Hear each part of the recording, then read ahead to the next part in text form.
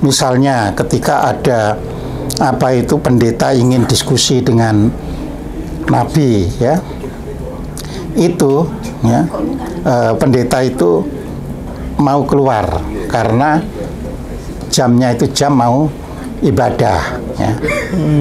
Jangan, di sini pun bisa.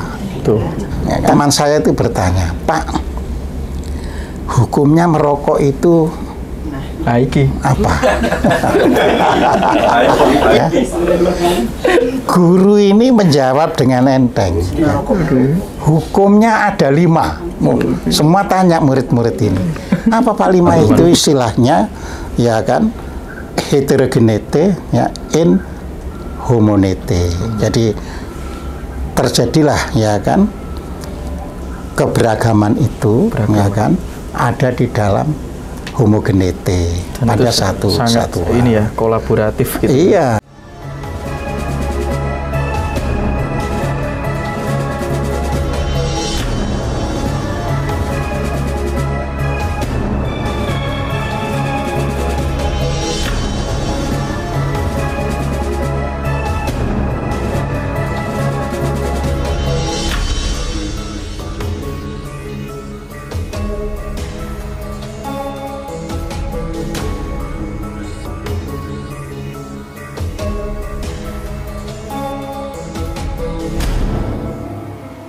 Itu makanya tadi, jadi jangan keluar Quran dulu. Kalau ke Al-Quran, setiap orang beragama itu harus bisa menjalankan kebaikan.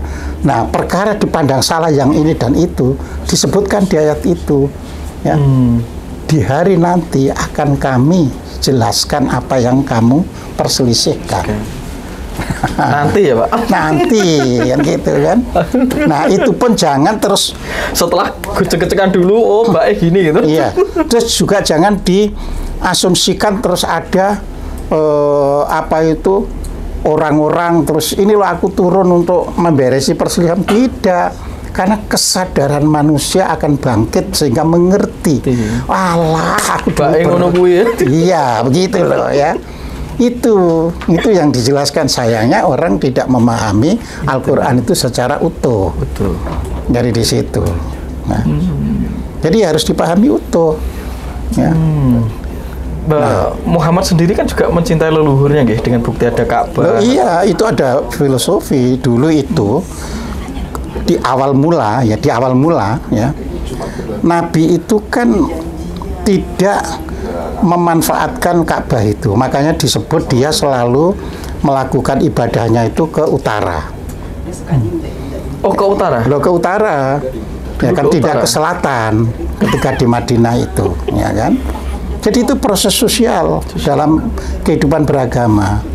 Kemudian di Al-Quran itu kan dikatakan, lalu kamu selalu menengadahkan mukamu memohon arah kiblat itu, ya kan. Maka baru ditetapkan ya Ka'bah itu sebagai arah kiblat. Jadi di situ ya. Nah, jadi disitulah apa ini proses ya.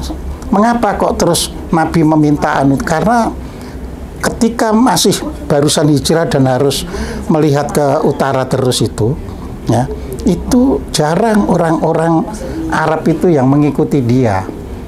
Jadi secara sejarah itu dikatakan Muhammad itu memang sama dengan kita orang Arab, tapi dia tidak memihak Arab. Oke. Dia tidak memihak Arab. Dia tidak memihak Arab. Poinnya.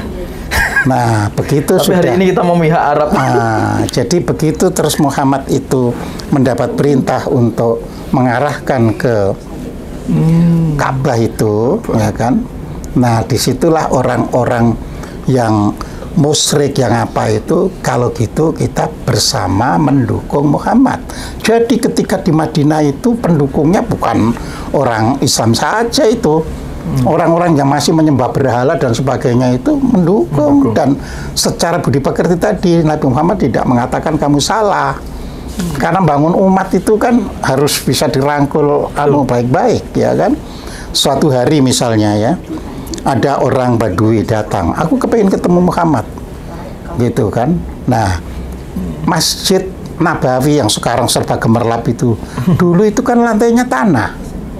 Dulu itu lantainya tanah, terus dikasih dinding, Ya kan, nah masjid itu untuk pertemuan. Ya, jadi disitulah orang Baduy itu kencing dulu di dinding itu. Umar marah, ya, langsung mengeluarkan pedang kan, karena kok dinding masjid kok dikencingi kan gitu kan. Lalu Umar, jangan Umar, dia akan hendak menunaikan ya apa yang menjadi hajatnya, biarkan sampai selesai. Ya, terus kan? Berkaitan dengan umroh dan naik haji. Ya nanti dulu. Gitu. Ya. Kalau diponcok-poncok nanti pendengar nggak ngerti. Nafsu deh Mas Hendra. Ya, jadi itu harus ya, makanya pendengar itu harus mateng, ya, sehingga ketika sudah selesai kencing lalu dipersilahkan. Ya kan, Umar dia kan kepingin ketemu, kepingin belajar, tapi dia kan belum mengerti aturan, maka dia kencingnya di situ tadi. Nah, artinya apa? Kalau orang itu belum mengerti, ya jangan kamu katakan salah dan sebagainya. Itu budi pekerti. Dia orang tidak tahu ya. Ya, karena orang tidak tahu, gitu loh. Ya, jadi hal-hal semacam ini seharusnya yang ditanamkan pada masyarakat. Nah, tapi kan tidak, ya kan? Misalnya ketika ada apa itu pendeta ingin diskusi dengan Nabi, ya. Itu ya pendeta itu mau keluar karena jamnya itu jam mau ibadah ya. Jangan, di sini pun bisa tuh ya kan. Nah ini kan cara membangun kehidupan sosial. Nah ini yang banyak dilupakan, hal-hal yang semacam itu. Realitas sosial itu. Ya ini realitas sosial. Ya, yang dibentuk, yang dibangun oleh kepemimpinan Nabi Muhammad. Masalahnya itu tadi kan setelah beliau wafat, politik pertama kali yang muncul. Jadi di situ. Yang mengkioskan situasi. Iya, itu. Yang akhirnya ya ketika semakin jauh waktunya dari Nabi, ya kan ya apa saja bisa masuk. Takhayul yang tidak ada bisa masuk, ya kan. Nah, hal-hal semacam ini kan kita harus tahu persis. Ya kan? Jadi begitu semua itu sudah di ini, makanya Muhammad itu dikenal sebagai gelar orang yang terpuji. Ya. Nah, yang terpuji itulah dalam bahasa Arabnya Muhammad. Iya. Yang terpuji. Iya. Nah, orang mungkin boleh bertanya kan, kalau begitu namanya siapa?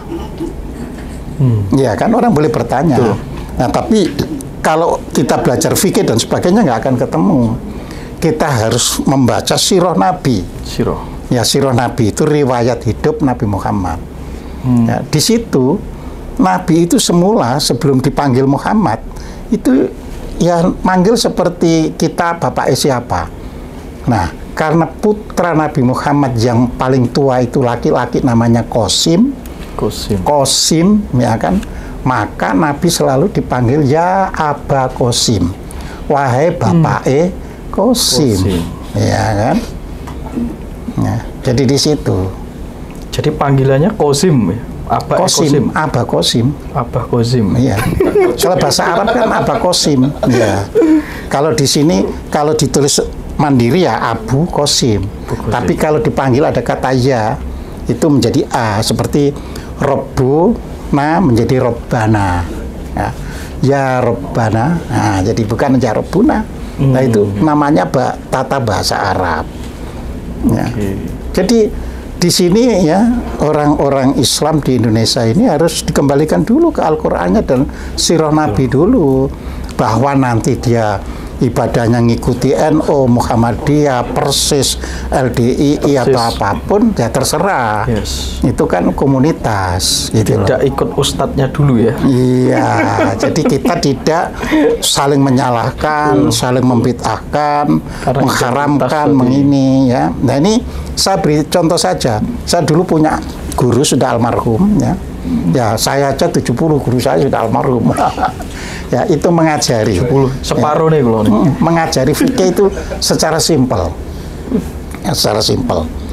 Teman saya itu bertanya, Pak, hukumnya merokok itu Iki. Apa?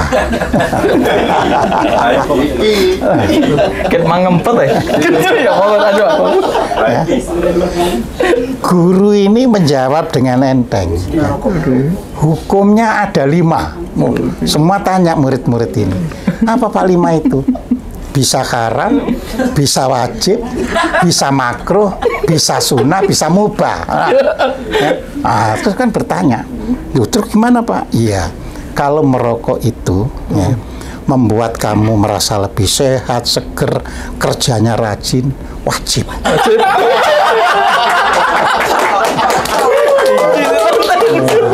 Nah, ini guru saya.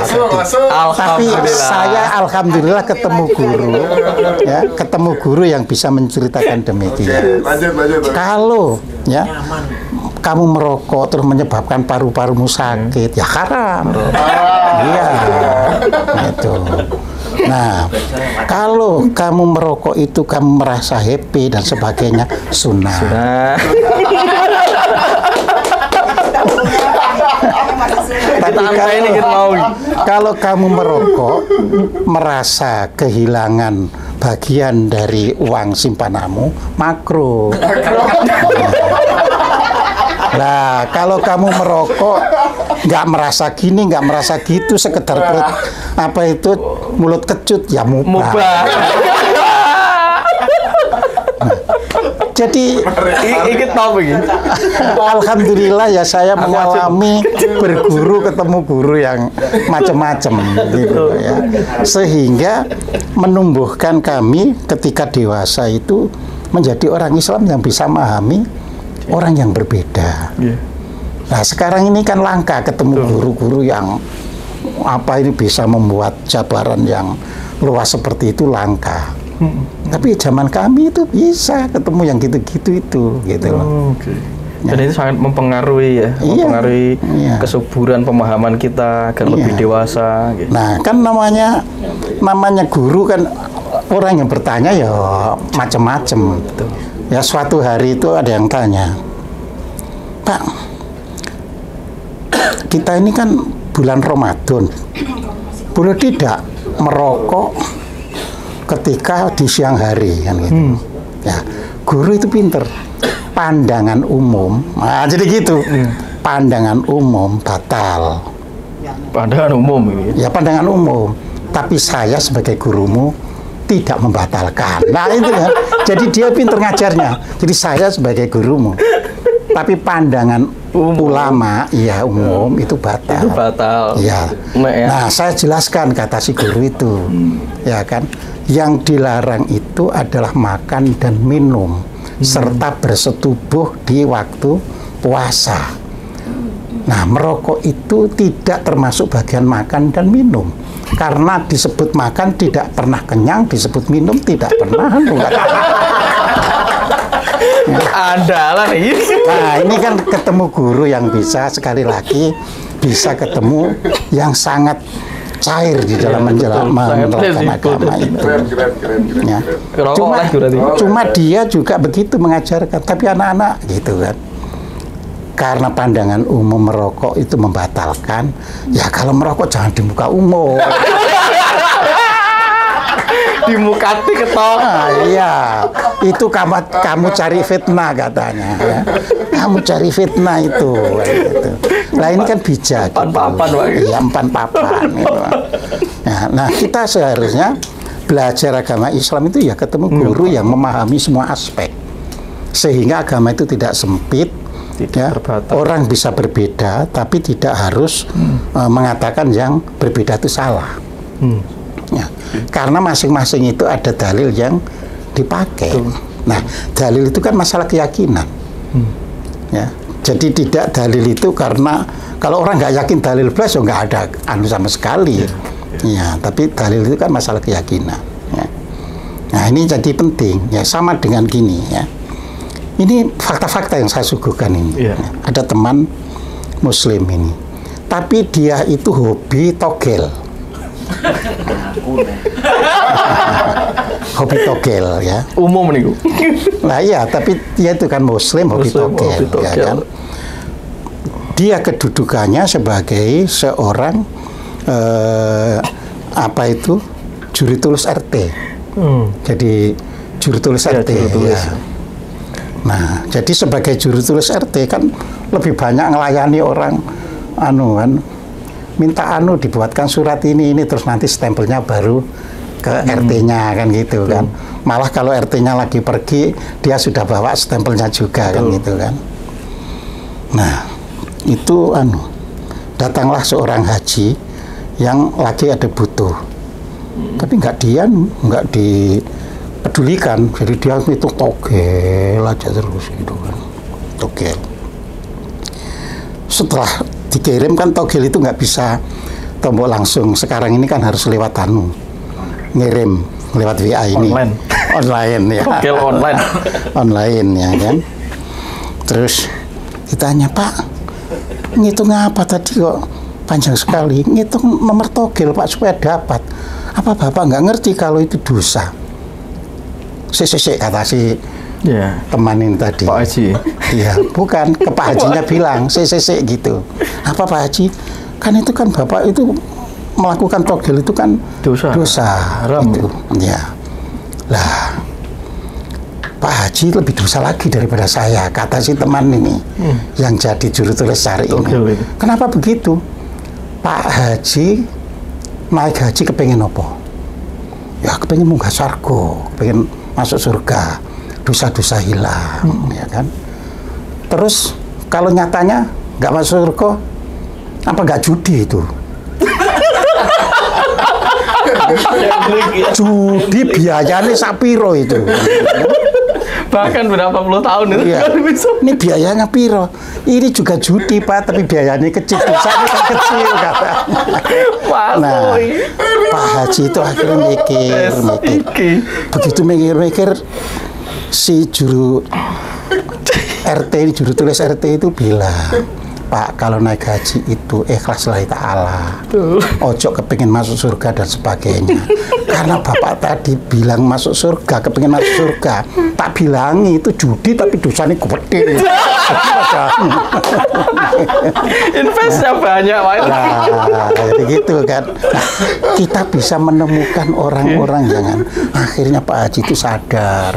Jadi akhirnya banyak memberi nolong orang tanpa lagi kepengen terus akhirnya ngajak juruan itu tadi, juru tulis kalau kesana Pak saya mau beramal ini, saya Bapak aja yang antarkan supaya tidak saya kelihatan yang ngasih loh, jadi orang apik kan katanya. Akibat tombol togel jadi orang apik. Selalu ada jalan, Pak. Lah iya, jadi itulah, jadi agama itu istimewa. Kita harus bisa melihat sesuatu yang lebih besar, yang lebih berguna, yang lebih itu. Nah kalau kita ngeributi yang kecil, ya, tapi yang gede-gede rugi kan malah rusak, gitu loh. Nah jadi seperti itu, makanya kalau orang sudah mengerti, ya nggak perlu kita rebutan siapa nama Muhammad itu, apa dari lahirnya Muhammad itu, kita tidak perlu. Cuma berdasarkan sirah Nabi, dia ketika di Mekah dipanggil Abu Qasim. Tapi iya, sirah itu artinya sejarah riwayat hidup, ya. Itu dipanggil Abu Qasim, bapaknya Qasim, karena Qasim itu anak pertama Nabi Muhammad dengan Ibu Khadijah. Dan sebutan Nabi di di Quran itu panggilan setelah hijrah ke Madinah, bukan ketika di Mekah. Karena orang di Mekah itu nggak percaya kalau Muhammad itu sebagai Nabi gitu loh. Ya, nah itu bisa dibuktikan ketika Nabi Muhammad itu membuat perjanjian Hudaybiyah. Jadi perjanjian Hudaybiyah itu adalah perjanjian antara orang Muslim yang mengikuti Nabi dengan orang-orang Quraisy yang tinggal di Mekah, ya kan, untuk damai, tidak boleh saling menyerang dan sebagainya, ya kan, dalam perjanjian itu istilahnya perjanjian damai lah gitu. Itu saja ditulis, ya kan, ya, dengan nama Bismillahirrahmanirrahim. Itu perwakilan dari Quraisy meminta jangan ditambahi Ar-Rahmanir-Rahim, Bismillah saja. Bismillah. Ya. Kenapa begitu? Nah, karena kami itu percaya dengan nama Allah saja. Yang Ar-Rahmanir-Rahim itu kan kamu. Jadi perjanjian harus netral katanya. Bismillah, ya kan. Ya. Terus berikutnya di bawah kan, perjanjian ini ditandatangani oleh Muhammad Rasulullah dengan orang Quraisy itu. Oh, coret itu Rasulullahnya itu. Oke. Kalau aku gak ngakui kamu Rasul kok, tulisan namamu saja. Muhammad bin Abdullah dengan anu. Jadi seperti itu.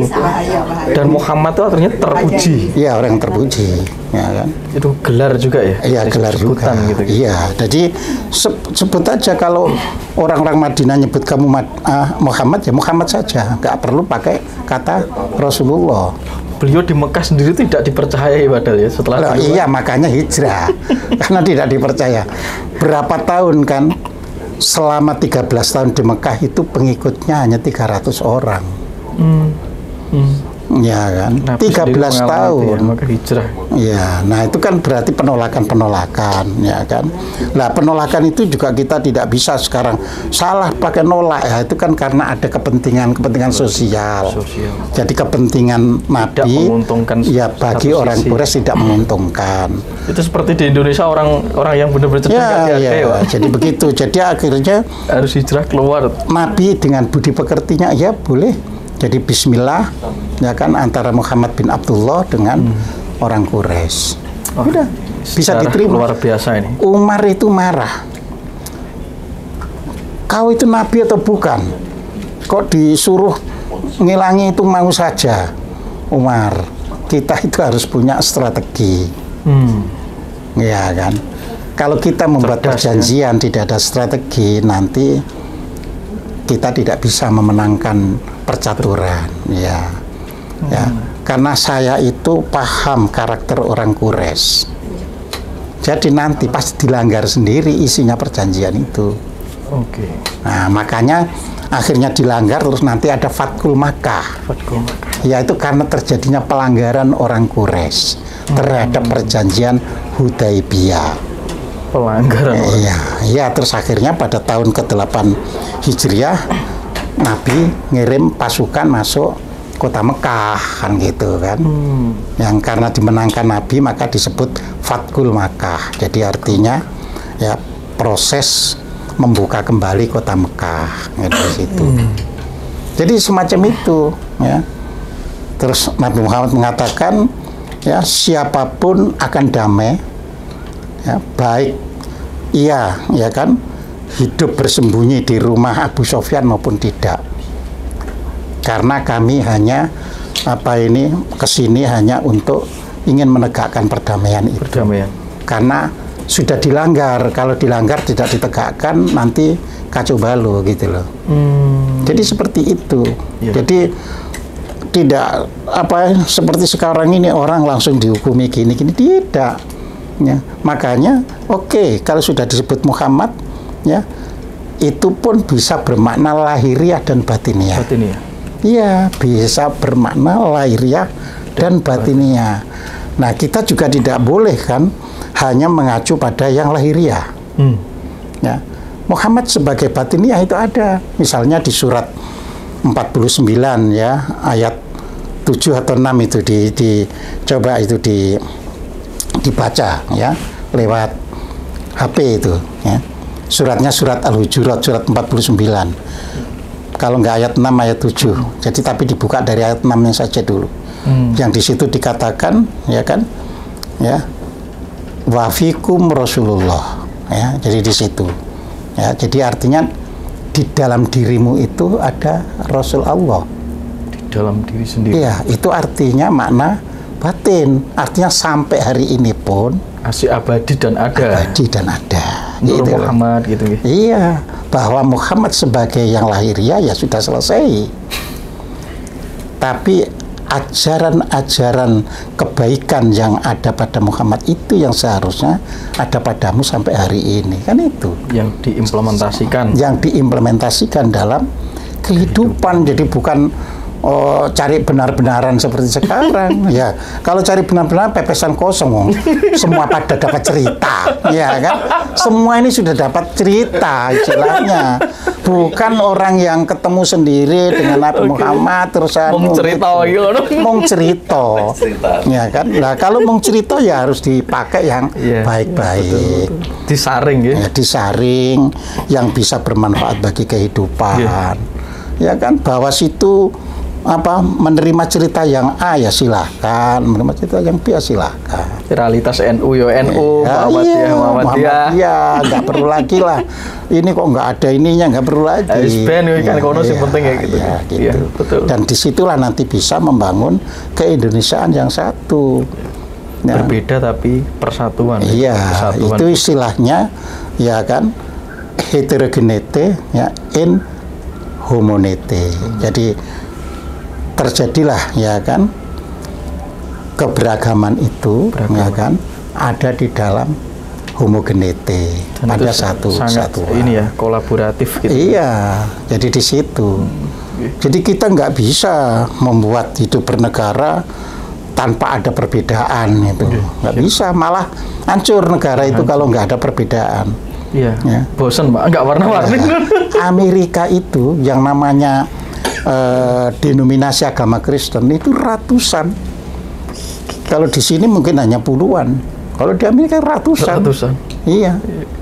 Jadi mereka ngaku sama Kristen, I am Kristen, tapi Kristennya itu ya beda-beda gitu kan. Tapi mereka bisa hidup bersama. Betul. Ya kan? Jadi mereka bisa pergi ke gereja masing-masing. Itu kan yang paling penting kan? Siap. Itu. Jadi akhirnya bangsa Amerika bisa I am American. Bisa. Dengan seluruh perbedaan itu. Dengan seluruh perbedaannya itu. Nah, kita pun harus ke depan harus begitu. Kita Indonesia dengan segala macam perbedaannya. Kita tidak bisa perbedaan berarti pengganjalan terhadap yang lain. Itu tidak bisa.